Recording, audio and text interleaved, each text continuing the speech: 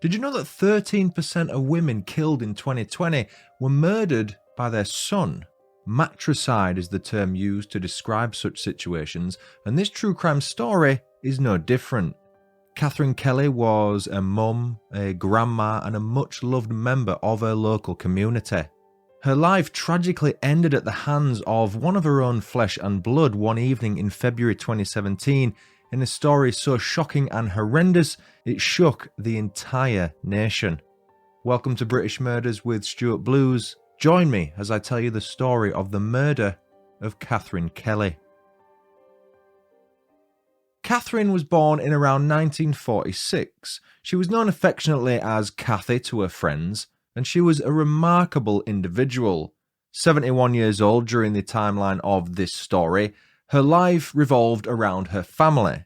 She was a mother of 2 children. Her eldest was a daughter named Catherine, the same as her, and her youngest was a son called William. He was named after his dad. Both kids named after both parents, so I guess they were both juniors. That is a bit of a Scottish thing, I have noticed that. I am part Scottish, so people do tend to name the kids after themselves up there. That is kind of by the by. What matters more than anything is that Cathy was able to take the joy from the simplest things in life, whether it be a stroll down the street, getting some fresh air, interacting with her friends, chilling with her family, her husband. She seemed to have it all, and she absolutely adored her life. She lived with her husband and her son on the Onthank estate. If that rings a bell, there was a documentary called The Scheme, which aired, I think, between 2010 and 2011. It focused on 6 families from that area. It's something to do with the Onthank and Knockinlaw housing schemes. When Cathy became a grandma, that was it. Her life was complete. They say there's nothing quite like having kids until you have grandkids, that is, and she absolutely relished her role as kind of the family matriarch. From a career perspective, Cathy had a strong work ethic. She started off as a worker in a shoe factory, but then she eventually transitioned into the healthcare sector, becoming a nursing home carer. It just sort of showed the type of person she was. She put others first, she liked caring for people, not just her family, but also members of the public who were in much more need of help than she was. She even attained a higher national certificate, or a HNC, in that field, just showed how dedicated she was to learning her craft and improving her social and caring skills. She worked all the way through until she was 68, typically it's 65, retiring in 2014. Outside of work, Cathy was regularly seen going on walks. She had a West Highland Terrier called Poppy. She would walk Poppy through the neighbourhood, chat to people who she saw. It's a real interactive thing having a dog. It brings the best out of people as far as social skills. It improves your confidence because people, let's face it, like to chat to each other about their dogs. Not only that, Poppy provided some exercise for Cathy. The walking gave her many benefits, not just physically, but mentally. It can be a real stress reliever, exercising. Walking was what she could do at her age, and with the dog, it made it that much easier. She had a purpose to get out of bed, and that's what she did. In 2015, William Sr. passed away, so the dog walking reintegrated Cathy back into society. At the time of the passing of her husband, she really struggled when she first became a widow. We all grieve differently and we have our cruxes. Some are good, some are bad. In Cathy's situation, unfortunately, she turned to alcohol. The progress she'd made with Poppy, the physical and mental health benefits, all started to rapidly decline as the alcohol consumption went up. It's a common theme, it's a sad theme. The more you drink, typically, especially if it's to excess and in a period of grief, or if you're relying on it emotionally. I'm no doctor here, of course, but it's only natural that your physical and mental health are going to decline pretty quickly. Despite that, she was mentally very sharp. She had a great mental acumen. She was quick-witted. She enjoyed puzzles, crosswords. If you went to her house, you'd typically see the magazines you might get from a supermarket, the crossword puzzles, maybe the odd word search. Most of them completed because she was quick, she was good at it, and it kept her brain ticking over. Passed a bit of time as well, I imagine. So now living at the property with Cathy is William Jr., now that William Sr. has passed. Also living with them was William Jr., who I'm going to call Kelly going forward, was his partner, Eleanor. Eleanor got on with Cathy. They had a pretty close relationship. It wasn't necessarily that of a mother and daughter or daughter-in-law. They weren't married, Kelly and Eleanor, but they were close. They went to the shops, went out for coffees, they might go out and have a snack somewhere, as you tend to do when you meet your friends. They got on is the point here. That can't be said, however, for Kelly and his mum. For some reason, which based on the research is quite difficult to pinpoint the exact motive behind this, Kelly took exception to pretty much everything his mum did. When she turned to alcohol when her husband passed, William's dad, he took exception to that. He got in the habit of hurling abuse at his mum. Whenever he saw her with a drink, he'd refer to her as an alky bastard. Even so, she referred to him lovingly as my boy. He was her only son, her youngest child. A mother and son connection is like no other, possibly similar to the father and daughter connection. It didn't matter how badly he treated his mum, she still loved him with all her heart. Again, that speaks to how much of a kind and warm character Cathy was. Let's face it, if someone called you an alky bastard and you didn't even know them, or if they were a friend, you'd take offence to it. Imagine saying that to your own mum. I should point out that Kelly was 41 years old at the time of this story's event, so it's not like he's a young man who you can put his actions down to inexperience or naivety.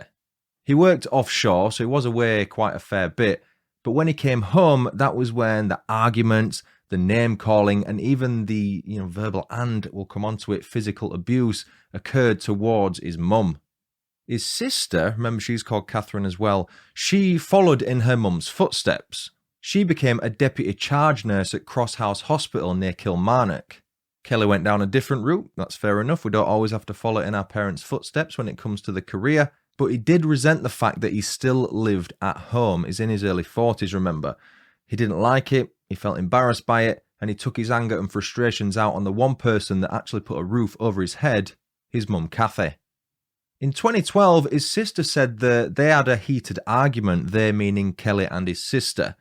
It got so heated that he threw a pack of diazepam or Valium at her. As he did so, he exclaimed, "This is what I need to get through living with them." Them, of course, being his parents. This was a couple of years before his dad passed away. Eleanor has compared Kelly's relationship with Cathy to that of Norman Bates and his mum in the Alfred Hitchcock movie Psycho. She said he was completely obsessed with her, but not in a good way. It seems like a love-hate relationship for whatever reason, but the hate seems to have come to the surface more frequently than the love. She apparently asked him what his obsession with his mum was on one occasion, but he never told her. Eleanor and Kelly's relationship began in either 2014 or 15, I can't say for sure, and they actually remained together until after the events of this story. Eleanor had previously been married and had 5 kids. But sadly, her husband took his own life in 2014. It was a tragic fire incident that saw the father of 5 pass away, and she never quite got over it, understandably. When she met Kelly, she thought she finally had a chance to turn her life around, start anew. He was her knight in shining armour. His Mr. Nice Guy persona was what every woman dreams of, I imagine. Compliments, buying gifts, taking her out. But that did soon stop, as it so often does when you look at people who you think might be a narcissist, people who might be sociopaths, psychopaths. I'm not suggesting Kelly was any of these things. I'm not a psychologist or a psychiatrist, but he basically love-bombed her from what I gathered. Before long, Eleanor was subjected to emotional abuse, physical abuse, taunting, and even death threats. Kelly once ripped off Eleanor's dress and cut the straps of her shoes. He demanded she run away from the scene before he hurt her, and reportedly said, "See how far you can run before you burn to death like your man did." To show how serious he was about killing Eleanor, he placed a petrol can outside the door and held a lighter in his hand that he kept flicking repeatedly. Further assaults came on 2 separate occasions when he attacked Eleanor with a hammer and a lamp. Back at the house, Kelly continued to have shouting matches with his mum, often leaving her in floods of tears.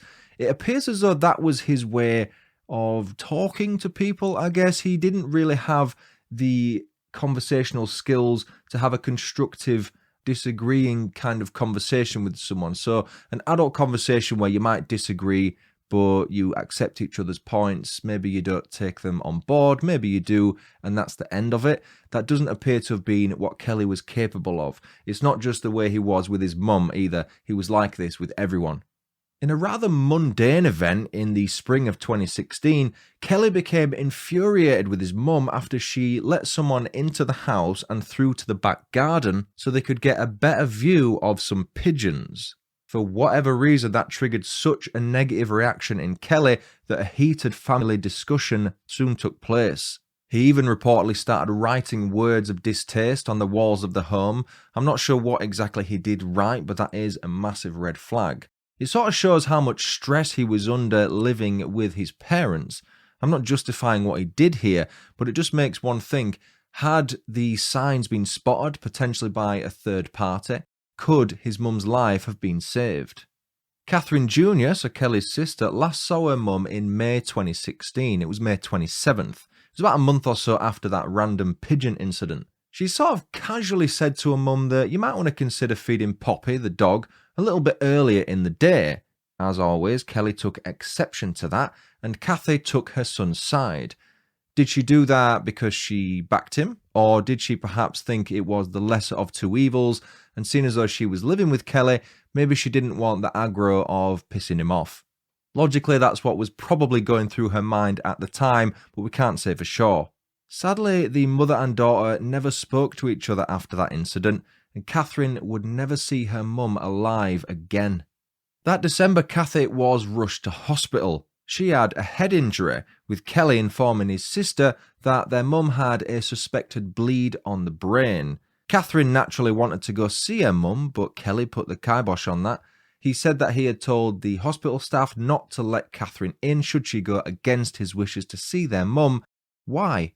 Possibly because he had inflicted those injuries and didn't want Catherine coming in and telling people that's what she thought may have happened. Kelly had a history of abusing his mum physically, which didn't come to light until his murder trial. One such incident occurred in November 2016, a month before the hospital visit. Kelly reportedly kicked and punched his mum after dragging her up the stairs. That was something that would later be pinned against him as an attempted murder charge. In January 2017, Kelly is reported to have physically assaulted his mum again after throwing her into a cupboard. So that's the third time an attack has happened. The word escalation comes to mind. And just a month later, that escalation would culminate in murder. On February 11th, 2017, there was a gathering of Eleanor's family that evening. It was to celebrate her son Gary's 21st birthday.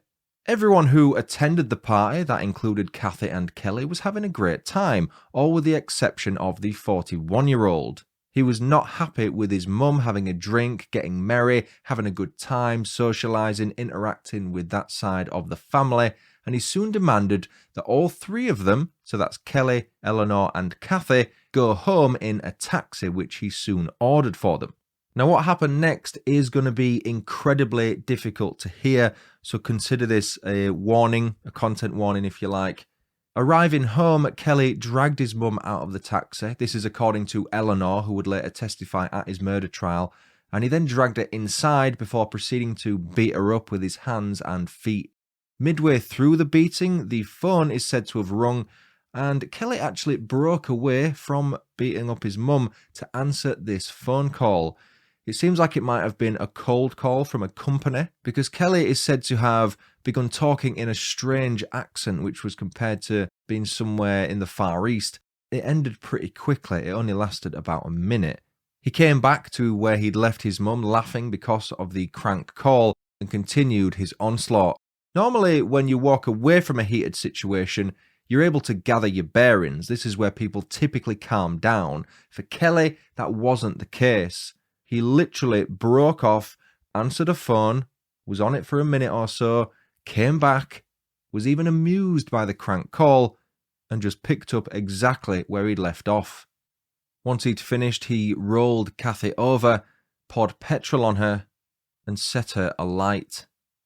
Within minutes of the three of them arriving at the house, it was engulfed completely in flames.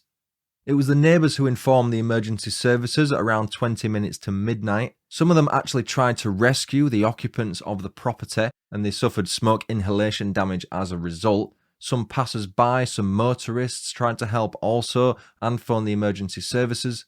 The Scottish Fire and Rescue Service did arrive shortly after that and managed to put out the blaze. Eleanor was the first to escape.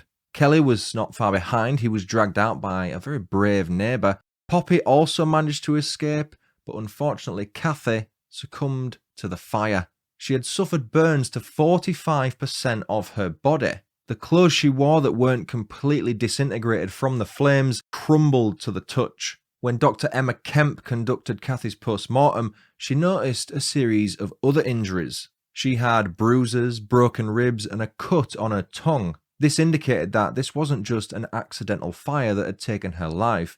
She'd been brutally beaten by someone.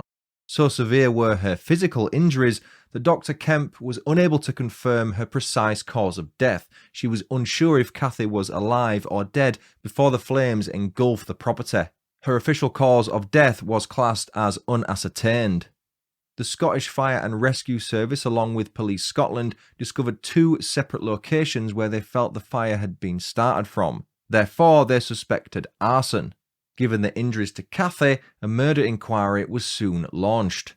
Around 4 weeks later, Kelly was arrested by Police Scotland and charged on suspicion of his mum's murder. He made no plea the following day at Kilmarnock Sheriff Court. That was to murder, attempted murder, and a few other charges. His murder trial began in November 2017 at the High Court in Glasgow. Judge Lady Stacey oversaw the proceedings, and it wasn't until new evidence was brought to light that a potential motive was discovered. 6 months before the fire, Cathy had changed her will, leaving her entire estate to Kelly. The defence, however, tried to pin Eleanor for Cathy's murder because within that will it said in the event of Cathy and then Kelly's death, the estate would transfer to Eleanor. The defence's attempts at pinning this on Eleanor and getting their client Kelly off the hook failed. The jury returned to the court after just 90 minutes of deliberation, and they unanimously found Kelly guilty of murdering his mum. They even had a chance to find him guilty of culpable homicide, but they went with the murder charge. On January 16, 2018, Kelly was handed a life sentence with a minimum term of 23 years. He finally gave up control of his mum's estate in January 2023, and Eleanor has also resigned as an executor. And that was the story of the murder of Cathy Kelly.